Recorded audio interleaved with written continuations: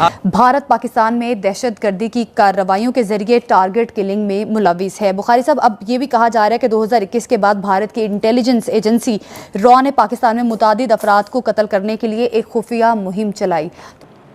सवाल यह है कि आखिरकार इतनी बड़ी ISI जो है वो इन अननोन गनमैन यानी कि अज्ञात बंदूकधारियों का पता क्यों नहीं लगा पा रही है। बिल्कुल, अगर ऐसा ही होता तो फिर ये जो स्टेटमेंट दे रहा है ये क्यों ऐसे घूम रहा है, जिंदा घूम रहा है।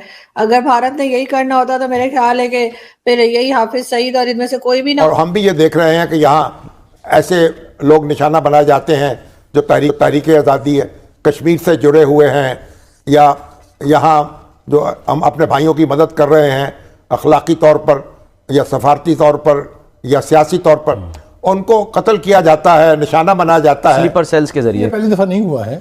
ये हिंदुस्तान जो है ये हरकत जो इस किस्म की जो यानी काबिल नफरत हरकत है बहुत अरसे से करता चला आ रहा है। रॉ अब तक पाकिस्तान में 20 अफराद को कत्ल करा चुकी है। बिल्कुल ठीक है, अभी पर इसकी बात है कि उन्होंने 2 बंदों की टारगेट किलिंग कराई, एक मोहम्मद रियाज। और ये जो है ये रविश जो है हम किस तरह इसका सद्भाव कर सकते हैं और किस तरीके से ये इंडियन एजेंसीज जो है उनको एक वापस धकेल सकते हैं, लगाम डाल सकते हैं। कि पाकिस्तान खुद को टेरर का अगर गढ़ बना रहा है और फिर शिकार अगर टेरर का होता है तो उसमें कोई नई बात नहीं है, लेकिन इस आतंकवादी की अज्ञात लोगों ने गोली मारकर हत्या कर दी है। भारत पाकिस्तान में दहशतगर्दी की कार्रवाइयों के जरिए टारगेट किलिंग में मुलविस है। बुखारी साहब, अब ये भी कहा जा रहा है कि 2021 के बाद भारत की इंटेलिजेंस एजेंसी रॉ ने पाकिस्तान में मुतादिद अफराद को कत्ल करने के लिए एक खुफिया मुहिम चलाई। तो बहुत बड़े होशरुबा इंकशाफात इस रिपोर्ट में हुए हैं। देखिए, ये पहली दफ़ा नहीं हुआ है। ये हिंदुस्तान जो है ये हरकत जो इस किस्म की जो यानी काबिल नफरत हरकत है बहुत अरसे से करता चला आ रहा है। मैं इससे पहले कि इस इशू के ऊपर आऊँ, आपको याद होगा कि द गार्डियन में एक रिपोर्ट शाया हुई थी जिसमें उन्होंने वाज़ेह तौर पे इल्ज़ाम लगाया था, 2020 की बात कर रहा हूँ मैं, कि रॉ अब तक पाकिस्तान में 20 अफराद को कत्ल करा चुकी है। बिल्कुल ठीक है, अभी पिछले बरस की बात है कि उन्होंने 2 बंदों की टारगेट किलिंग कराई, एक मोहम्मद रियाज साहब थे और दूसरे मौलाना शाहिद लतीफ़ साहब थे जी। और उससे पहले भी अगर आपको याद हो कि अली सरफराज उर्फ तांबा, ये एक शख्स है जिनके ऊपर इल्ज़ाम था कि उन्होंने हिंदुस्तानी स्पाई जो था, जासूस जो था सरबजीत सिंह, उसका मर्डर किया था जेल में। बाद में आला अदालतों में उसके ऊपर वो मुकदमा साबित नहीं हुआ था और उसको बरी कर दिया गया था, लेकिन रॉ ने उसको भी नहीं छोड़ा, उसको भी इसी तरीके से कत्ल करा दिया था। सवाल यह है कि आखिरकार इतनी बड़ी ISI जो है वो इन अननोन गनमैन यानी कि अज्ञात बंदूकधारियों का पता क्यों नहीं लगा पा रही है। अब जो भाई फंडा आ रहा है यानी कि जो थ्योरी जो है वो गढ़ी जा रही है कई स्थानों पर, वो बड़ी अजीब सी है, क्योंकि हमारे जो पाकिस्तानी लोग हैं उनको तो कुछ समझ में आ नहीं रहा है।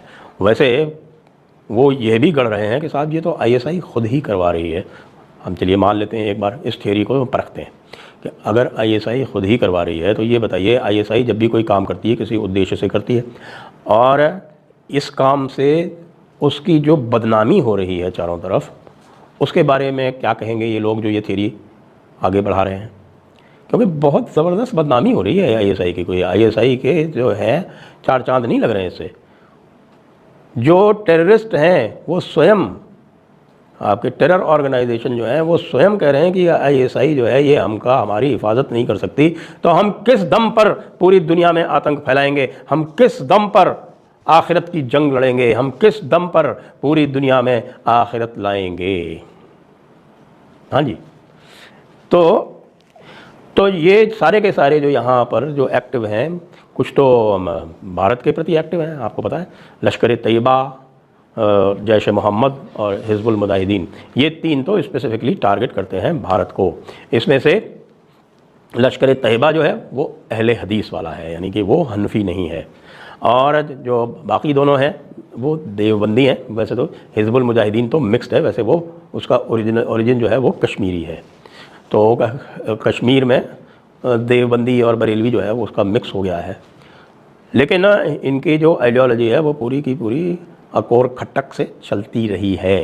आज वाशिंगटन पोस्ट ने तो बड़ी तफसीली रिपोर्ट छाप दी और हम भी ये देख रहे हैं कि यहाँ ऐसे लोग निशाना बनाए जाते हैं जो तहरीक आज़ादी है कश्मीर से जुड़े हुए हैं या यहाँ जो हम अपने भाइयों की मदद कर रहे हैं अखलाकी तौर पर या सफारती तौर पर या सियासी तौर पर, उनको कत्ल किया जाता है, निशाना बनाया जाता है स्लीपर सेल्स के जरिए। और ये जो है ये रविश जो है हम किस तरह इसका सद्भाव कर सकते हैं और किस तरीके से ये इंडियन एजेंसीज जो हैं उनको एक वापस धकेल सकते हैं, लगाम डाल सकते हैं। बहुत शुक्रिया शामी साहब, सलमान साहब। देखिए शामी साहब, आप खुद अपने इंट्रो में कह रहे थे जिस तरह के इजराइल इस तरह के काम करता था और आप उन्होंने भारत में भी करने शुरू कर दिए हैं। मैं समझता हूं कि भारत का ये सारे का सारा जो नेटवर्क था ये एक्सपोज हो गया है शामी साहब। उसकी वजह यह है कि पाकिस्तान तो बहुत पहले से लगा हुआ कह रहा था कि देखें इंडिया पाकिस्तान के अंदर ऐसे लोगों को टारगेट कर रहा है। शामी साहब, आपको पता है पिछले साल कतर ने 9 नेवी के जो इंटेलिजेंस के लोग थे उनको पकड़ा, सजाएं मौतें दी। नरेंद्र मोदी ने जाके स्पेशल रिक्वेस्ट की कतर से और उनको माफ किया गया है। मैं कतर की बात कर रहा हूं। रॉ मोदी साहब की निगरानी में इस किस्म के जो कत्ल हो रहे हैं लोग, चाहे उनका ताल्लुक खालिस्तान मूवमेंट से है, चाहे उसका ताल्लुक पाकिस्तान से है, उनको कत्ल कराने का एक बाकायदा मिशन है वहाँ। अगर आपको याद हो, हमने अपने नाज़रीन को बताया था कि एक सेल है डिस्ट्रॉय सी पैक, जो अजीत डोवल साहब जो हैं, जो उनके सलामती के कौमी सलामती के मशीर थे, उनकी निगरानी में एक सेल कायम है जिसकी $1 बिलियन एनुअल उसकी फंडिंग है, जिसका वाहद काम जो है वो चीनी इंजीनियर्स और पाकिस्तानी इंजीनियर जो ग्वादर में काम कर रहे हैं उनके ऊपर हमले करवाना और उनको कत्ल करवाना जो है वो उनके ज़िम्मे है। तो भारत का ये मकरू चेहरा जो है अब पूरी तरह से दुनिया के सामने आ चुका है। बरतानिया, कनाडा, अमेरिका ये वाज़े कर चुके हैं कि रॉ इस किस्म के संगीन जराइम की मुर्तकिब है। तो दोस्तों, देखा आपने किस तरीके से पाकिस्तानी मीडिया अपना छाती पीट रहे हैं।